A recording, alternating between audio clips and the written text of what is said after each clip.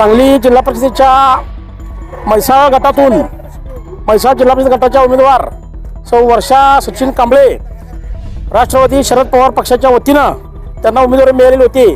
त्यांचा या ठिकाणी म्हैसाळ गटातून 1393 इतक्या भरघोस मतांनी या ठिकाणी विजय झालेला आहे। त्याचप्रमाणे म्हैसाळ पंचायत समिती गणातून गायत्री घोरपडे यांचं सुद्धा या ठिकाणी 745 मतांना विजय झालेला आहे।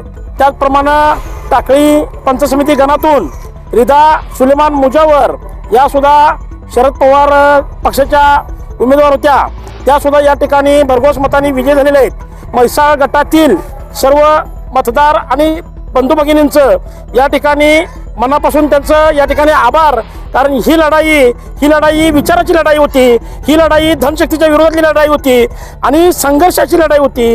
या ठिकाणी सर्व मतदार बंधू भगिनींचं आणि ज्या लोकांनी या ठिकाणी या निवडणुकीमध्ये आम्हाला सहकार्य केलं त्यांचं, आणि या ठिकाणी राष्ट्रवादी पक्षाचे नेते आदरणीय जयंत पाटील साहेब, म्हैसाळ गटाचे नेते, सांगली जिल्ह्याचे नेते आदरणीय मनोहर शिंदे आणि त्याचबरोबर असंख्य लोकांनी या ठिकाणी जो राष्ट्रवादी शरदचंद्र पवार पक्षाच्या उमेदवारांच्या वरती विश्वास ठेवला त्याबद्दल त्यांचं मनापासून या ठिकाणी धन्यवाद व्यक्त करतो, त्यांचा आभार व्यक्त करतो। आणि या ठिकाणी आपल्या पत्रकार बांधवांनी सुद्धा या ठिकाणी चांगला आम्हाला प्रतिसाद दिला। प्रचाराची रणनीतीच्या वेळेला आपल्या पत्रकार बांधवांना सुद्धा या ठिकाणी मनापासून धन्यवाद व्यक्त करतो, पोलीस प्रशासनाचा धन्यवाद व्यक्त करतो, सर्व प्रशासनाचा धन्यवाद व्यक्त करतो आणि थांबतो। जय भीम, जय शिवराय, जय संविधान।